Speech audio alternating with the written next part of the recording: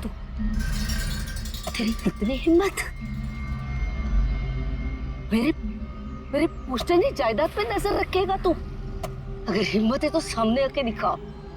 मेरे घर की तरफ बढ़ता हुआ तेरा हर एक कदम तुझे भारी पड़ेगा, भारी पड़ेगा।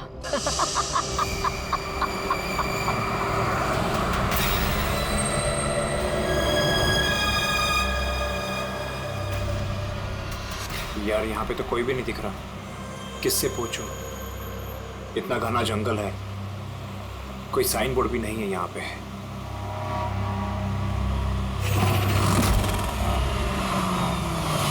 अरे भाई साहब, ये पिपलिया गांव का रास्ता यही है ना?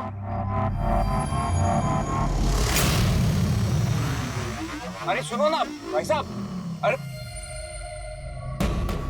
बड़ा अजीब आदमी है।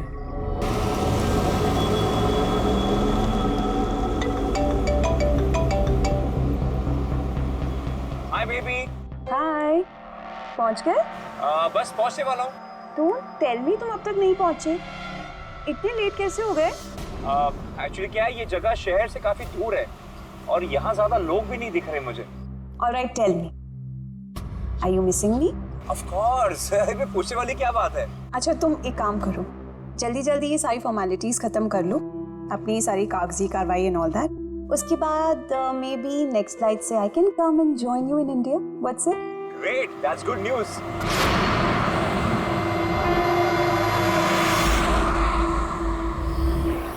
अच्छा बेबी, मुझे लग रहा है कि मैं पहुंच गया हूँ, वो मकान दिख रहा है मुझे। अरे ये गेट क्यों बंद है?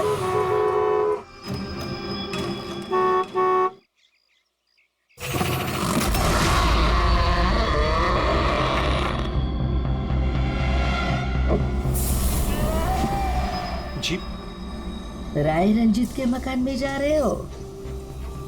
हाँ। मत जा, वो तेरी जिंदगी की सबसे बड़ी गलती होगी। मत जा। लेकिन आप कौन हो? मैं तुम्हारी मौत।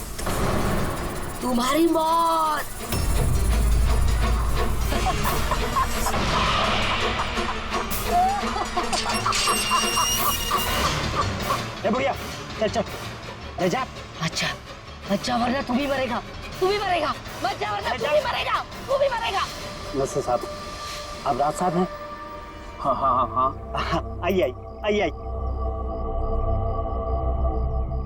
Hello Raj, are you okay? कौन था? हाँ, अरे वंदना मैं ठीक हूँ, कोई नहीं था।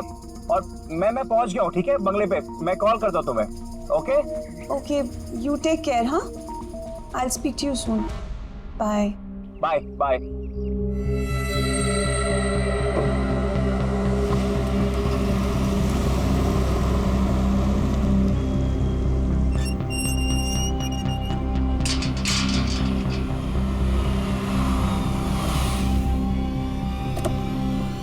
आइए साहब।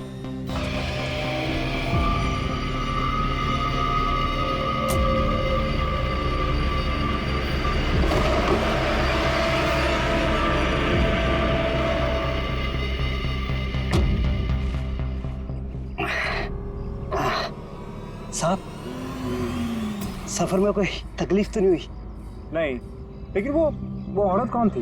बुढ़िया औरत जो आपसे बात कर रही थी ना, लाली नाम है उसका। थोड़ी अजीब सी है।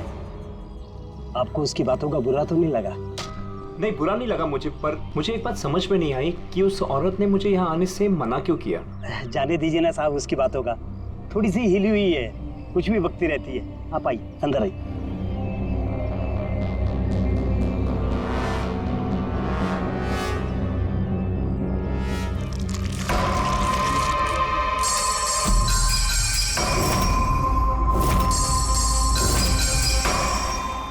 ये आदमी तो मुझे बीच रास्ते में मिला था। उसका नाम कमल है, यहाँ का माली। हमने सोचा अब आप यहाँ पर रहने वाले हैं तो क्यों ना बगीचे के जो रंग बिरंगे फूल हैं फिर से खिल उठाएं। अच्छा, आइए साहब।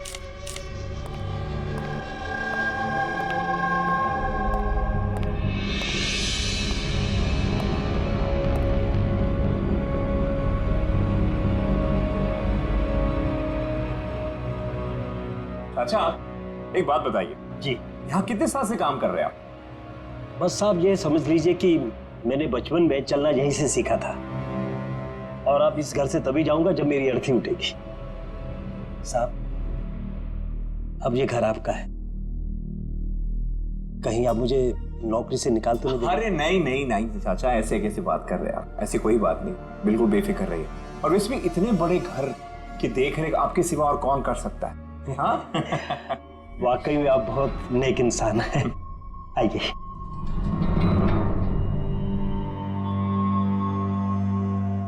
साहब ये है आपका रूम, वॉशरूम उधर है, आप फ्रेश हो जाइए, तब तक मैं आपके लिए खाने पीने का बंदोबस्त करता हूँ। ठीक है। ठीक है साहब।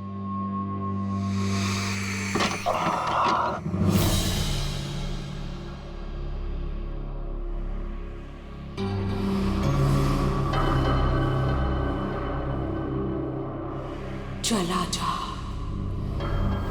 चला जा,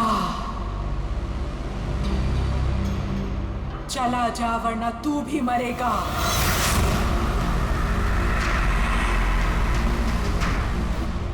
कौन?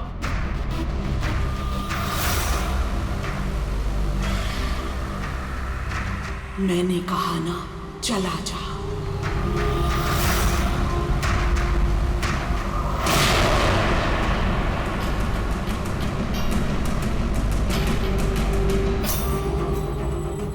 कौन है?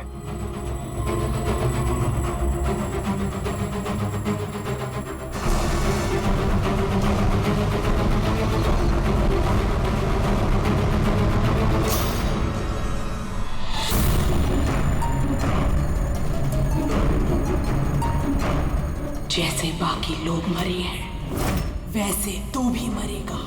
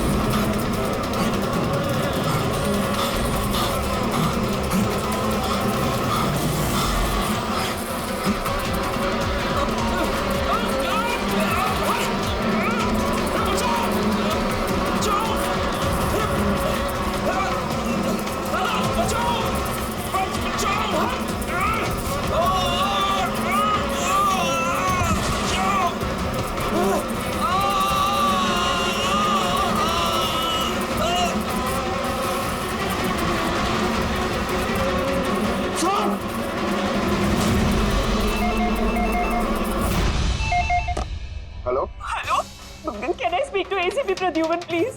हाँ जरा शांत हो जाइए, कौन बोल रही हैं आप? मैं कौन बोल रही हूँ, मुझे क्या काम है, मैं सिर्फ उन्हें बताऊंगी। Can you just make me speak to him right now, please? एक मिनट होल्ड करिए। सर, हाँ सर, फोन कॉल है। सर कोई लेडी है, बहुत रो रही है, कह रही है सिर्फ आपसे बात करेगी। Hello hello, ACP Pradyuman. हाँ मैं एसीपी प्रद्युमन बोल रहा हूँ। सर, हाँ कहिए। सर मैं वंदना बोल रही हूँ अमेरिका से। हाँ बताइए। सर मेरे साथ बहुत बहुत बहुत बुरा हुआ सर। क्या हुआ आपके साथ? सर मेरे फियांसे राज इंडिया गए थे पुश्तैनी मकान खरीदने। सर मधुमक्खियों के काटने से उनकी मौत हो गई। क्या? अच्छा तो बताइए मैं क्या कर सकता हूँ आपके लिए? सर लेकिन मुझे लगता है कि उनकी मौत मधुमक्खियों के काटने से नहीं हुई। इनफैक्ट उनका मर्डर हुआ है। He's been killed। तो ऐसे क्यों लगता है आपको कि उनका खून हुआ है? सर वो जब प्रॉपर्टी खरीदने के बाद कागजी कार्रवाई के लिए जा रहे थे तो तब कब क्या हुआ? सर मैंने साफ साफ सुना था, राज को कोई औरत धमका रही थी। कौन थी वो औरत? No sir, I have no clue. जरा एक बात बताइए, क्या आपके राज की यहाँ इंडिया में किसी के साथ कोई दुश्मनी थी, कोई झगड़ा वगड़ा हुआ था? नहीं सर, राज की किसी के साथ कोई एनिमिटी, कोई दुश्मनी नहीं थी। इनफैक्ट राज तो इंडिया में किसी को जानता ही नहीं था।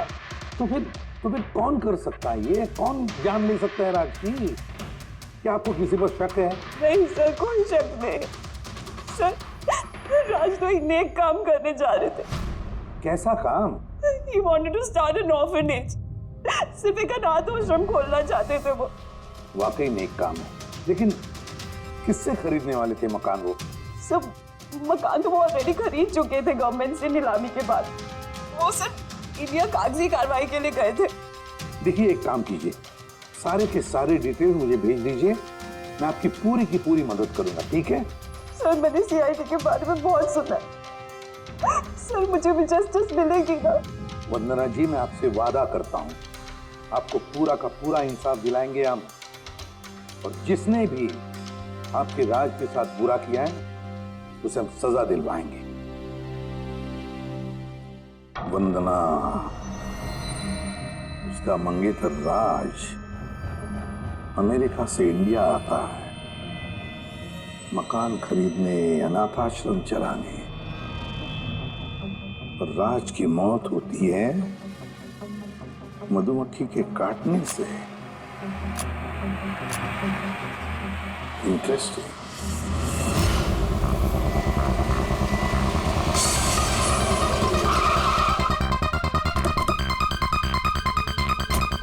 सर यही वही बंगला है जो राज ने सरकार से नीलामी में खरीदा था। अच्छी खासी प्रॉपर्टी लग रही है। आप देखभाल करते हो उस जगह की? जी हाँ, कहिए। कहेंगे आप, हम सिर्फ सुनेंगे। क्या मतलब? सीआईडी? क्या बात होगी सर? राज राकेश नाम के एक आदमी का खून हुआ है यहाँ पे। बहुत बुरा हुआ सर उनके साथ। उन्होंने ही सरकार से ये मकान खरीदा था। हाँ, उन्हीं की बात कर रहे हैं। उनका खून नहीं हुआ, मधुमक्खियों के काटने से उनकी मौत हुई है। मैंने खुद अपनी आंखों से देखा था। नहीं देखा होगा आपने, लेकिन यहाँ इस बंगलों में आने से पहले किसी औरत ने उन्हें धमकी दी थी। कुछ जानते हो उस औरत के बारे में? अच्छा, वो लाली साहब, वो बुढ़िया तो बेतुकी बेसर की बातें करती रहती है। आप उसकी बातों को गंभीरता से मत लीजिए। क्या गंभीरता से लेना और क्या नहीं वो हम तय कर लेंगे। आप ये बताइए कि वो लाली वो रहती कहाँ है? कहीं भी नहीं सर। कहीं भी नहीं मतलब? उस बेचारी का ना तो अपना कोई घर है और ना ही कोई अपना परिवार। बस दिन भर इधर उधर घूमती रहती है। नहीं, कहीं तो बैठती होगी, खाना वाना खाती होगी, कोई एक जगह होगी ना जहाँ पे वो रहती होगी ज्यादातर। हाँ, पास में एक तालाब है, अक्सर वहीं बैठी रहती है। अच्छा, दे क्या तुम इस लाली से मिल लो, तब तक इस मकान का चक्कर लगा लेता हूँ मैं। ठीक है, अब जरा वो जगह दिखाओ जहाँ पे खून हुआ था। आइए साहब। राज साहब यहाँ गिरे पड़े थे।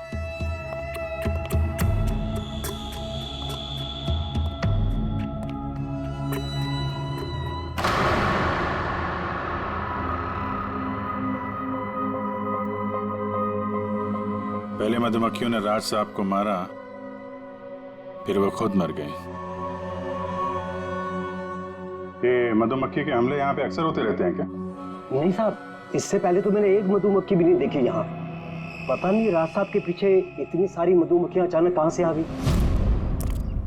राय रंजीत की हवेली से आ रहे हो ना तुम लोग? राय रंजीत की हवेली से आ रहे हो ना तुम लोग?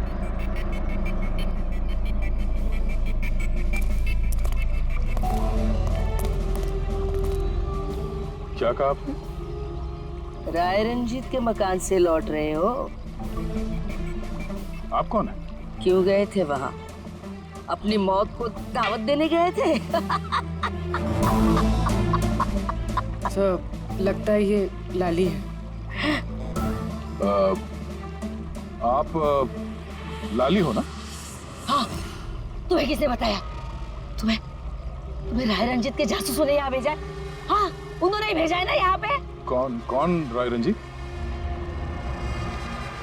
सांप था वो, सांप। उसने मेरी दादी को धोखा दिया, उन्हें अपने ही घर से धक्के मार के निकाल दिया। निकालो इसे बाहर। छोड़िए मुझे, मुझे मेरे घर से मत निकाल, मुझे मेरे घर से मत।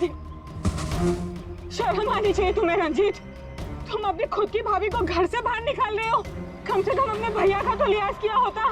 अरे उनका क्या लिहाज करना, उन्होंने खुद ही तो अंगूठा लगाकर ये घर मेरे नाम किया है। तूने उन्हें शराब पिलाकर धोखे से अंगूठा लगवाया था। अब क्यों किया, कैसे किया, इस गहराई में जाने से क्या फायदा। समझने वाली बात तो ये है कि ये मकान अब मेरा है और तू सड़क पर आ गई है। चलो निकलो इसे यहाँ से। तेरे हिस्से में ना सिर्फ घर नहीं आया है, एक मकान आया है, एक ऐसा मकान जिसके हर कोने में मेरी बदुआएं गूंजेगी। मैं तुझे श्राप देती हूँ, सिर्फ तू ही नहीं, इस घर का जो भी मकान मालिक बनेगा वो जिंदा नहीं बचेगा। मौत का खेल होगा यहाँ, मौत का खेल। अब तक कितने लोग मरे? वो सब लोग मर गए जिन्होंने वो मकान खरीदना चाहा। तुम लोग वो घर मत खरीदना, तुम भले लोग लग रहे हो, वरना तुम्हारी बीवी विधवा हो जाएगी।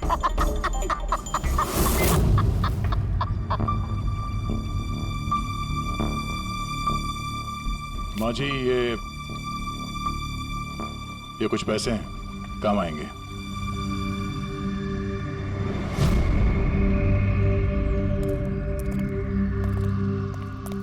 सर, लगता नहीं है इसका राज की मौत में कोई हाथ है।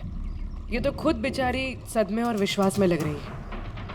हो सकता है राज की मौत कोई मर्डर ही ना हो, कोई हादसा हो।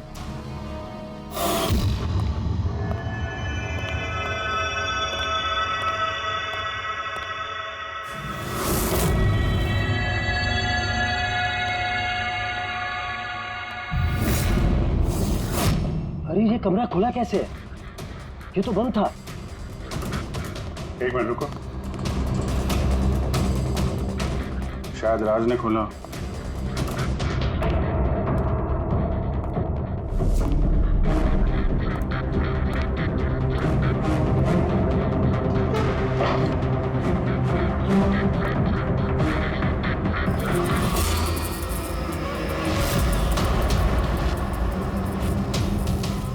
ये है तो छत्ता यहाँ पे। इधर आ। जी सर। ये है मधुमक्खी का छत्ता। अरे मैं पहली बार देख रहा हूँ साहब। तो ये राज यहाँ इस स्टोर रूम में क्या करने आया था? साहब शायद बंगलो देखने आए होंगे। अच्छा, और उस वक्त तुम खाना लेने गए थे? जी सर।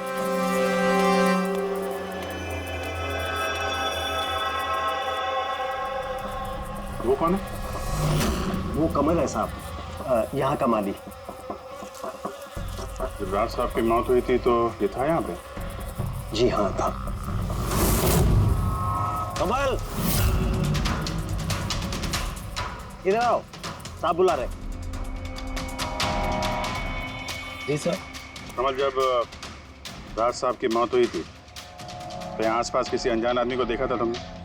कोई अजीब सी घटना हुई हो? नहीं साहब।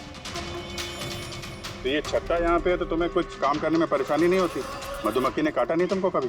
नहीं सर, मधुमक्खी तो तब काटती ना जब यहाँ कोई छत्ता होता। पहले तो मैंने छत्ता यहाँ देखा ही नहीं साहब। क्या बात कर रहे हैं? हाँ साहब, मैंने आपसे पहले कहा ना कि इससे पहले इस घर में हमने एक मधुमक्खी भी नहीं देखी। कमाल है, फिर ये छत्ता आया कहाँ से? और मधुमक्खियों ने राज को ही क्यों काटा? ये तो कोई एक्सपर्ट ही बता सकता है। आसान के क्या पता चला राज की मौत के बारे में? मौत कैसे हुई? बस इसकी मौत मधुमक्खियों की वजह से हुई है। यार तुझे पूरा यकीन है राज की मौत मधुमक्खियों की वजह से ही हुई है? हाँ बॉस, ये डॉक्टर ने जो रिपोर्ट बनाई है मैंने वो भी देख ली। इस राज का अच्छी तरह से चेकअप भी कर लिया। मुझे पूरा यकीन है राज की मौत मधुमक्खियों के डंक के जहर की वजह से ही हुई है। सर, बचपन में मुझे मधुमक्खी ने काटा था, मैं तो जिंदा हूं। हाँ सालू के साहब, पंकज पे जहर का असर क्यों नहीं हुआ? अरे पंकज को मधुमक्खी ने काटा था, मधुमक्खियों ने नहीं काटा था। बॉस अगर एक दो मधुमक्खी काटे तो बात समझ में आती है, लेकिन सैकड़ों मधुमक्खियां अगर हमला कर दे तो इट्स इम्पॉसिबल। मधुमक्खियों के डंक से साळुंखे कहता है कि राज की मौत मधुमक्खियों के डंक से हुई है, मधुमक्खियों के जहर से। और राज की मंगेतर वंदना कहती है कि राज का खून हुआ है।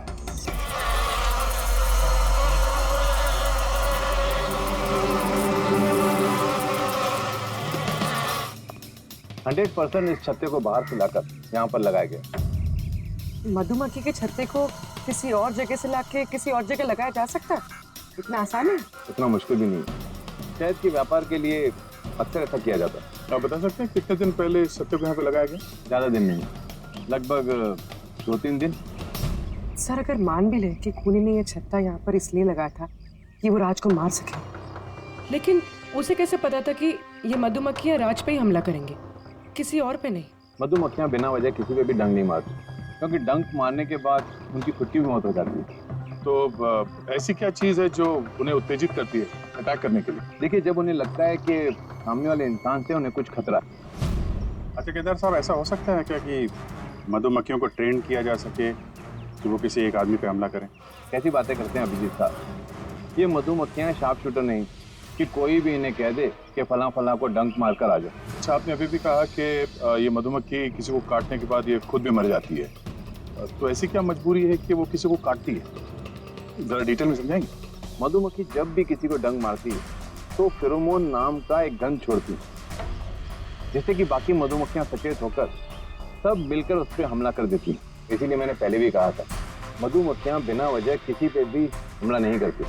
जरूर राज ने मधुमक्खी के छत्ते के साथ कुछ छेड़खानी की होगी। सर खूनी को कैसे पता था कि राज इस छत्ते के साथ छेड़खानी करेगा? कहीं ये मौत वाकई हादसा तो नहीं? नहीं पूर्वी, राज के आने के ठीक 2 दिन पहले इस छत्ते को यहाँ पे लगाना ये कोई संयोग तो नहीं हो सकता। सर राज की मौत के बाद ये घर वंदना के नाम हो जाएगा, कहीं इन सबके पीछे वंदना तो नहीं है? वंदना इंडिया कब आ रही? What nonsense! How could you even think like that? आप ऐसे कैसे सोच सकते हैं कि राज की मौत के पीछे मेरा हाथ हो सकता है? और फर्ज कीजिए कि राज की मौत के पीछे मेरा हाथ था, तो मैं आप लोगों को फोन क्यों करती? पुलिस तो ऑलरेडी ये केस क्लोज कर चुकी थी ना। देखिए, हम सिर्फ पूछ रहे हैं। वैसे राज जी के बाद ये मकान किसके नाम पे है? I don't know. राज ने गवर्नमेंट से मकान खरीदा था, तो शायद गवर्नमेंट को वापस मिल गया।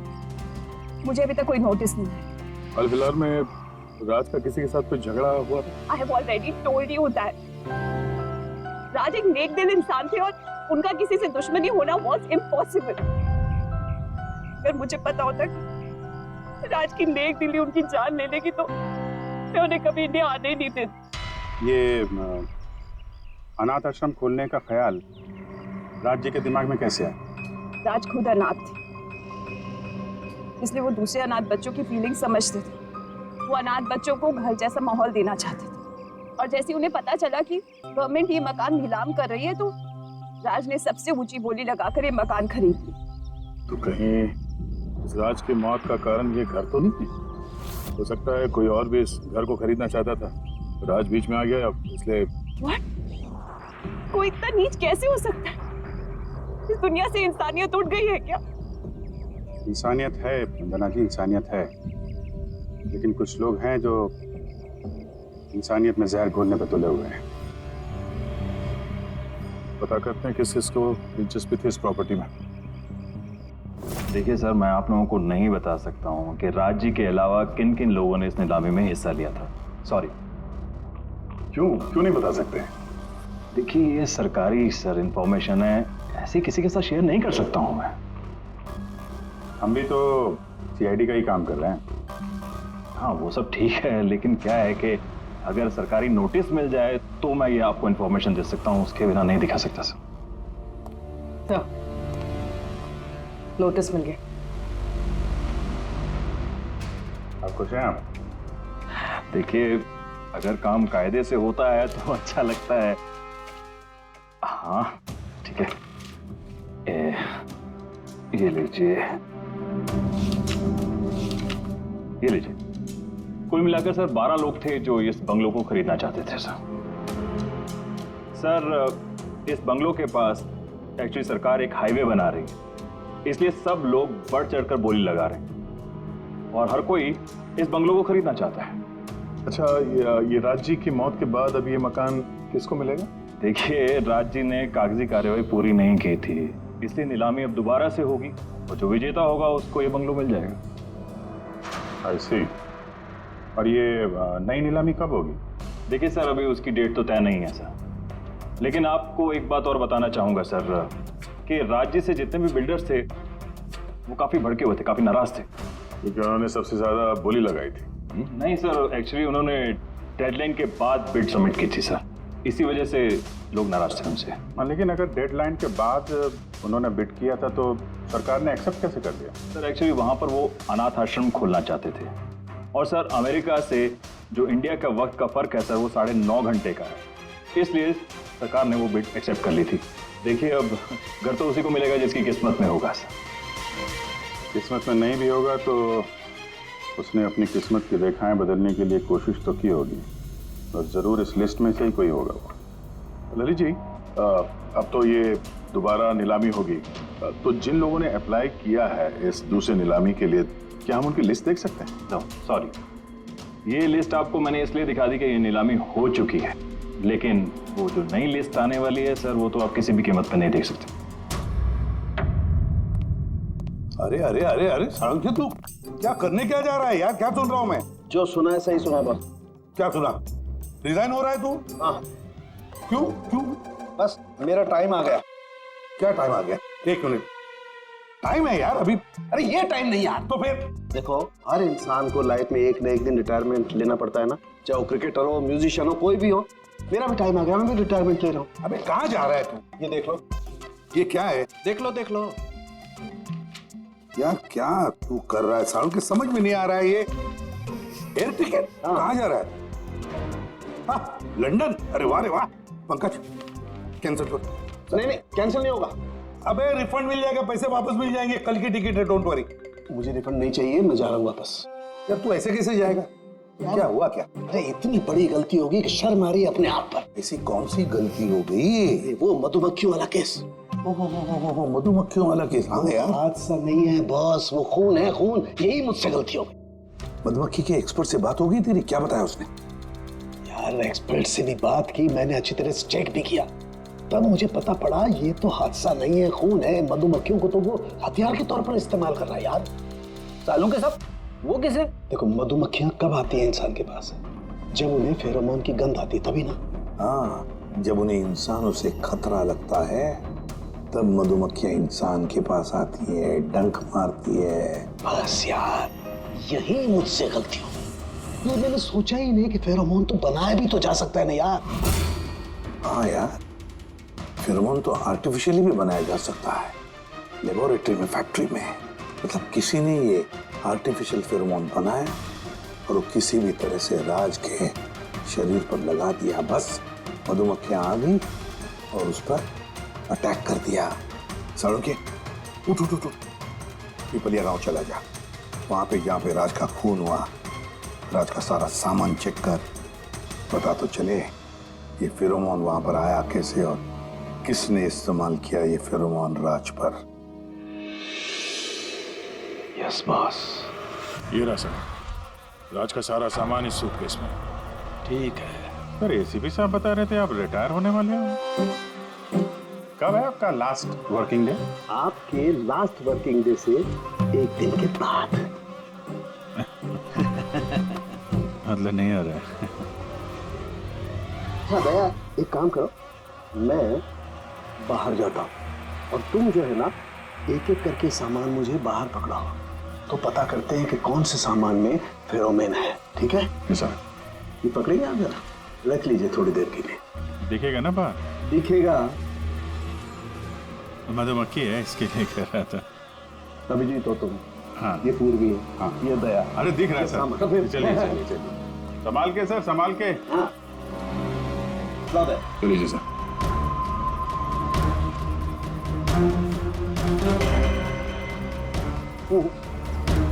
नहीं, इसमें फेरोमोन नहीं।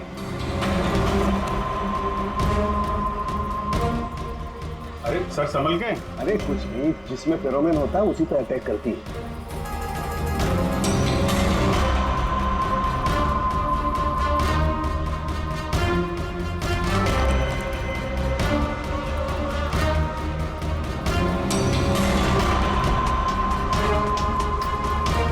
अरे यार,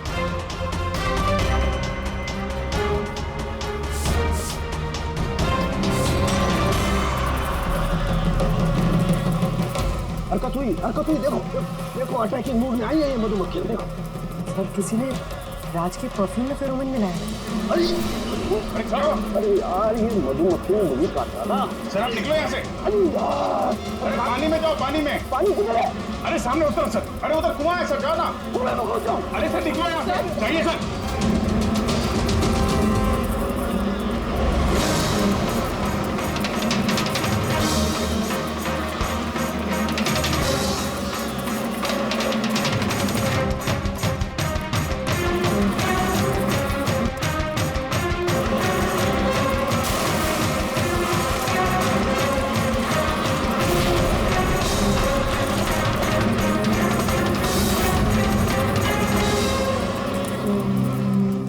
आप ठीक हो सर? बाप रे बाप, ये मधुमक्खियां आपको रिटायर नहीं होने देंगी सर।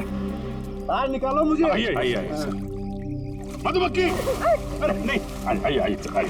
हेलो जी, नमस्ते, कैसे हैं आप? जी मैं चंदूमल फंडूमल कंकेशवास। अरे वाह, बहुत लंबा नाम है आपका। बताइए क्या काम था आपको? जी वो नीलामी के लिए आया था मैं। वो पुराना वाला बंगलो हाईवे के पास, वो खरीदना है मुझे। सर ऐसे नहीं खरीद सकते हैं सर, उसमें नीलामी होगी तभी वो जो जीतेगा वही खरीद सकता है। अरे तो पैसा लगाएगा ना, मैं पैसा लगाएगा। देखिए अब टाइम नहीं बचा है, सिर्फ 15 मिनट बचे हैं, आप लेट हो गए। अरे क्या बात कर रहे हैं सर, 15 मिनट में क्या क्या हो जाता है। ये देखिए ना, मैं तो ये बेड का लिफाफा भी लाया हूँ, ये देखिए। राकेश इधर रजिस्टर लेकर आ।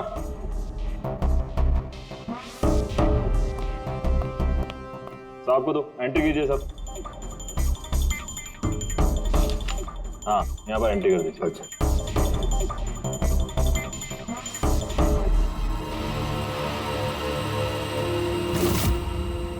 यहाँ साइन कर दीजिए लास्ट में। Good, like. अच्छा, वेरी गुड, ये तो अच्छा हो गया सर। वो बंगले का चाबी? और मजाक कर रहे हैं? अरे चाबी ऐसे थोड़ा ना मिलती। अरे भाई बोली लगेगी, नीलामी होगी, उसके बाद जो जीतेगा उसको मिलेगा। भाई क्या बात कर रहे हैं आप? बेट तो मैं ही जीतूंगा, ये पक्का है। भाभी और बच्चों को मेरा प्यार देना, ठीक है सर? Thank you. पता नहीं कहाँ से चले आते हैं, कमाल है।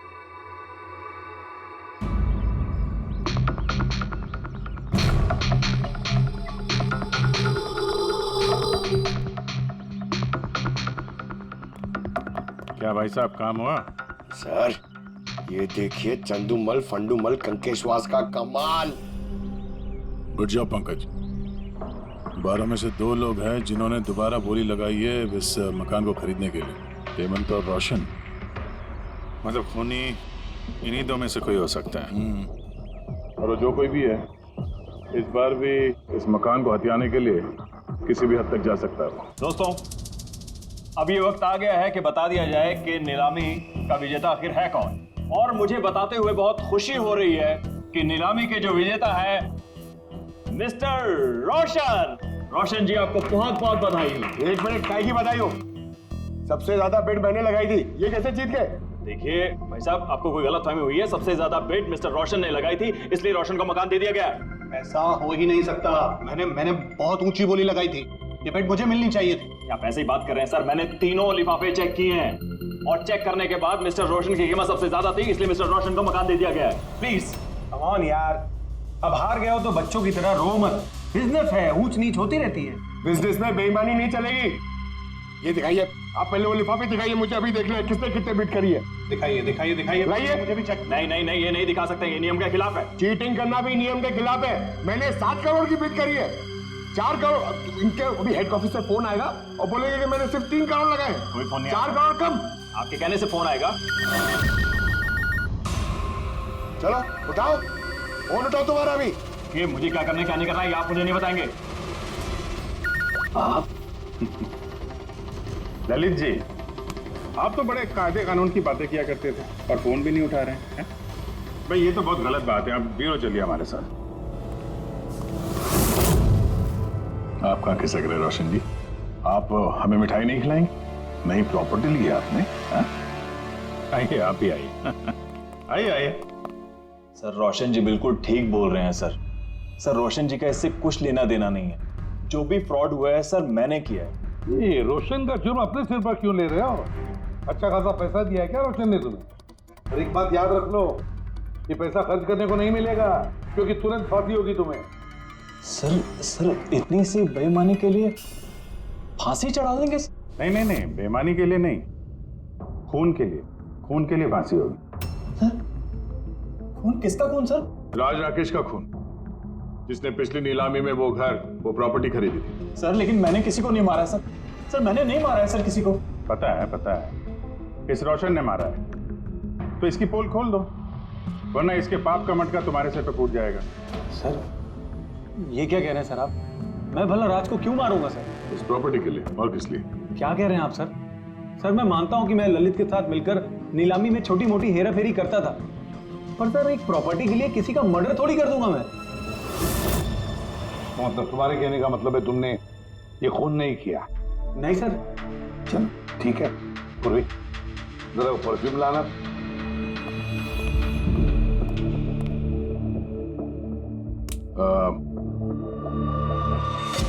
ये परफ्यूम छिड़क दूं? बाहर मधुमक्खियों का छत्ता है, क्या बोलता है? Sir perfume? आपकी मर्जी सर, लेकिन हमारे इस केस से परफ्यूम का क्या लेना देना सर? मुझे वाकई पता नहीं इस परफ्यूम का कोई इस केस से संबंध है। सर जी हम सच कह रहे हैं सर, राज जी की मौत से हमारा कोई संबंध नहीं है सर। ललित बिल्कुल ठीक कह रहा है सर।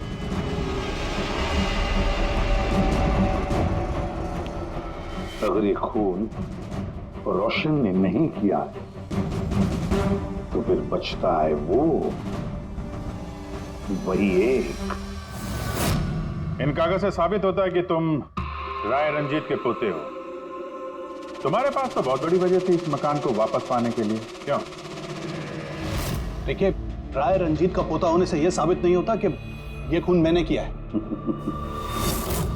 हेमंत जी, खूनी कभी कभी अपने जुर्म के सबूत अपने साथ लेकर चलता है, जैसे तुम। मैं समझा नहीं। मैं समझाता हूं। ये रहे सबूत। कमाल है सालू के साहब, सेफ्टी सूट पहनने के बावजूद भी आप दोनों को मधुमक्खियों ने काटा। हाँ, कभी कभी सेफ्टी सूट पहनने के बाद भी मधुमक्खियां डंक मार सकती हैं, और फिर मधुमक्खी के छत्ते को इधर से उधर ले जाने में तो और भी ज्यादा अटैक हो सकता है, नहीं? जी देखिए, वो दरअसल बहुत हो गया मत। तुम्हारी बेगुनाही का और भी कोई सबूत चाहिए? जी नहीं, मैंने ये सब किया था। जब राज बंगले में घुसा तब मैं वहीं था, और मौका देखकर मैं बंगले में घुस गया था। मैंने परफ्यूम की बोतल के अंदर फेरोमोन मिला दिया। उसके बाद राज को आवाज से डिस्ट्रैक्ट किया, मधुमक्खी के छत्ते तक लेकर गया, और उसके बाद का काम मधुमक्खियों ने कर दिया था। मुझे मेरा पुश्तैनी मकान वापस चाहिए था। वाह रे वाह, अपने पुश्तैनी मकान के लिए तुमने एक नेक इंसान का खून कर दिया। कानून तुम्हें कभी माफ नहीं करेगा। तुम्हें कम से कम आजीवन कारावास की सजा होगी। ले जाओ इसे पंकज।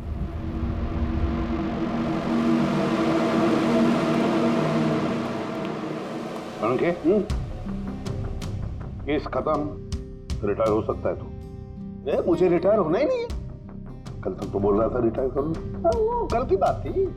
भगवान, मतलब पीछा तो नहीं छूटने वाला इस आदमी से अपना। हाँ, पीछा नहीं छूटने वाला है, किसी का किसी से नहीं। मुझे तुम्हारे बिना चैन नहीं और तुम्हें मेरे बिना चैन नहीं। ये लीजिए, सरकार ने बंगलो अब राज से आपके नाम करने का निर्णय लिया है। उम्मीद है कि अब आप मिस्टर राज के अनाथ आश्रम खोलने का सपना पूरा कर पाएंगे। राज के जाने के बाद मेरी लाइफ का यही मकसद रह गया है, उसका आखिरी सपना पूरा करना। But thank you so much Raj को जस्टिस दिलाने के लिए। हमने जो कुछ भी किया वो तो हमारा फर्ज था। आपको और कोई मदद की जरूरत हो तो हमें जरूर याद करिएगा। कभी कभी आते रहिएगा, उन बच्चों को भी आपसे इंस्पिरेशन मिलेगी। ये भी कोई पूछने की बात है? हो सकता है उन बच्चों में हमें कोई हमारा नया सीआईडी ऑफिसर मिल जाए।